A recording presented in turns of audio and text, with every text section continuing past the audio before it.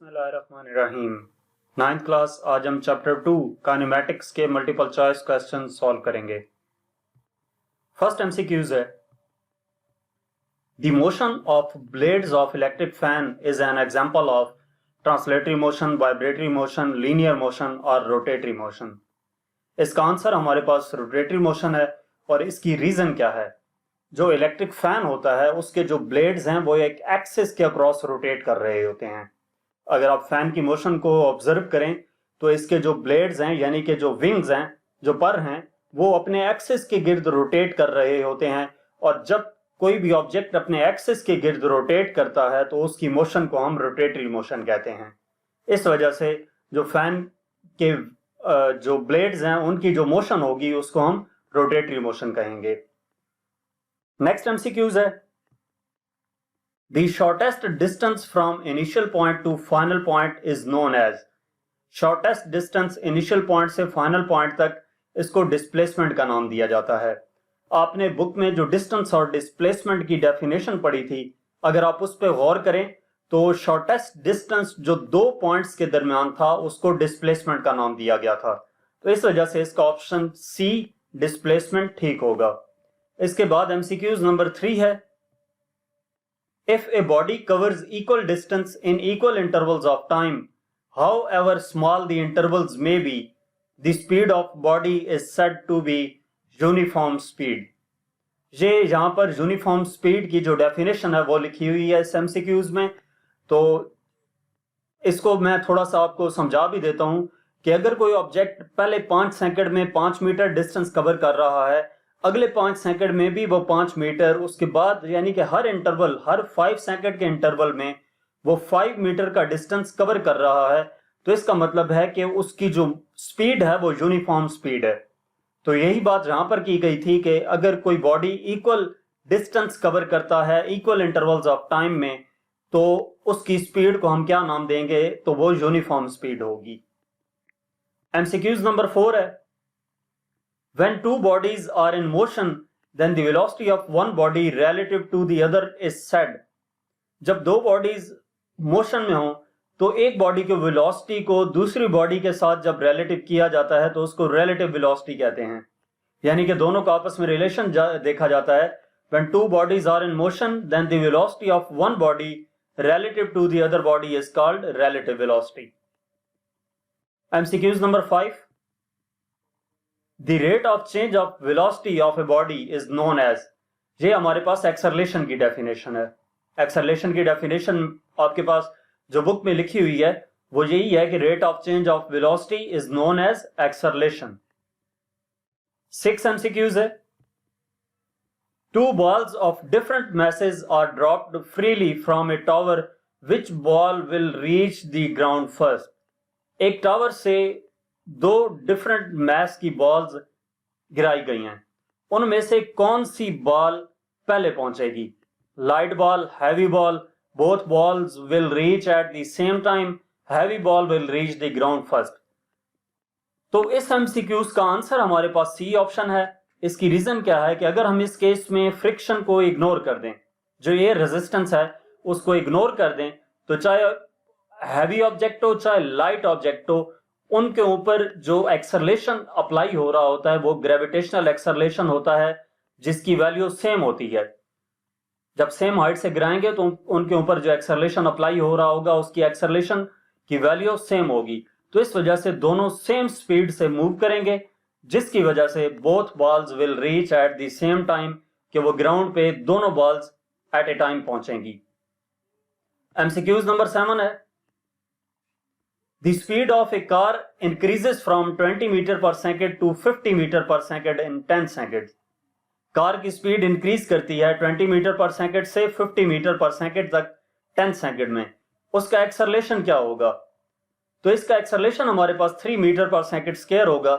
ये आंसर कैसे आता है, हमारे पास initial velocity vi 20 metre per second है, final velocity vf 50 metre per second है, और टाइम गिवन है कि 10 सेकंड इसमें इनिशियल वेलोसिटी से फाइनल वेलोसिटी तक पहुंचने में लग रहे हैं।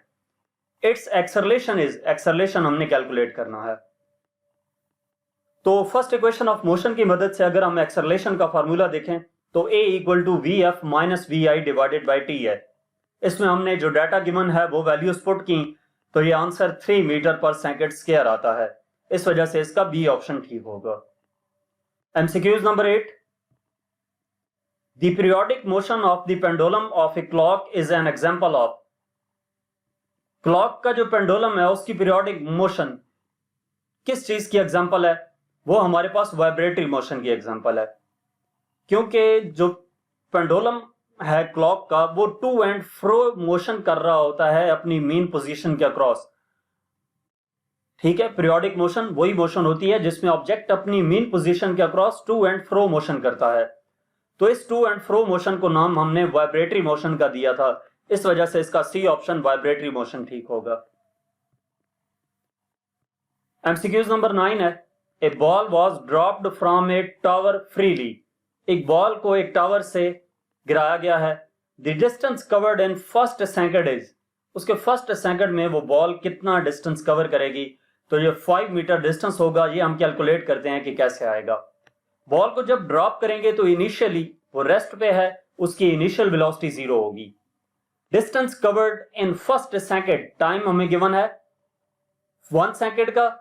अब जब ड्रॉप कर रही है तो जी की वैल्यू भी यूज होगी, यानी कि जो जी की वैल्यू है 10 मीटर पर सेकंड स्क्वायर, वो हमारे पास उस बॉल का एक्सेलरेशन होगा। डिस्टेंस कितना वो कवर करेगा वो हमने कैलकुलेट करना है।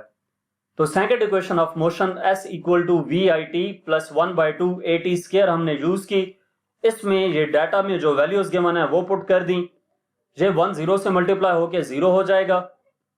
0.5 को 10 से मल्टीप्लाई करते हैं तो 5 आ जाता है, और 1 का स्क्वायर 1, यानी कि ये 5 आ गया कैलकुलेट होके।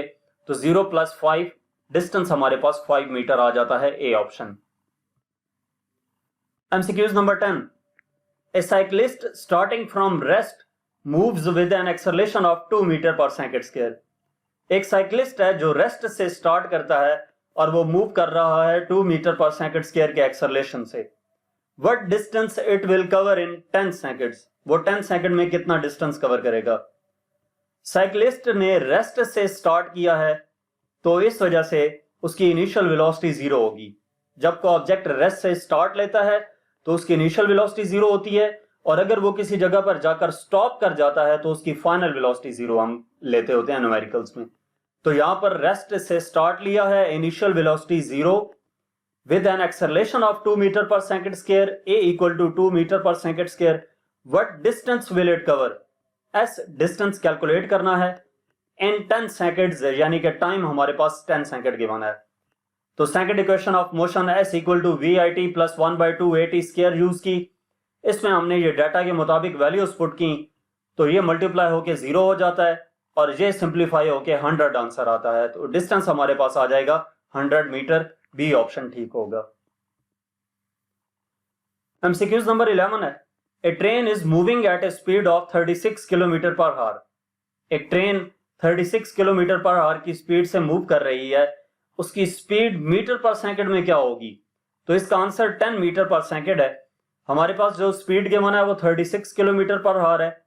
h⁻⁻1, अगर हम इसको +1 करना चाहें तो ये डिवीजन में आ जाएगा, यानी कि 36 किलोमीटर डिवाइडेड बाय r।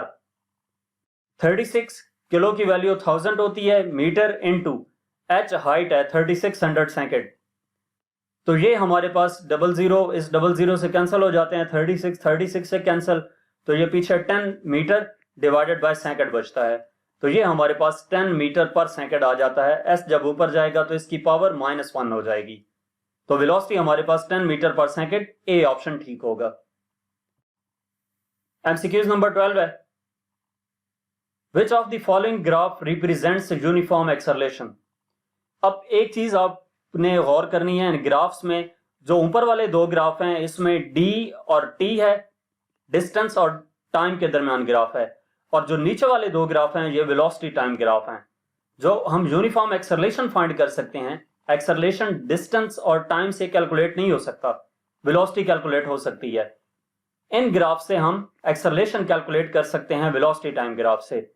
तो अब यूनिफॉर्म एक्सेलरेशन, ये हमारे पास वेरिएबल एक्सेलरेशन का ग्राफ है और ये यूनिफॉर्म एक्सेलरेशन का ग्राफ है कि जो जो टाइम इंक्रीज हो रहा है तो साथ वेलोसिटी भी इंक्रीज कर रही है।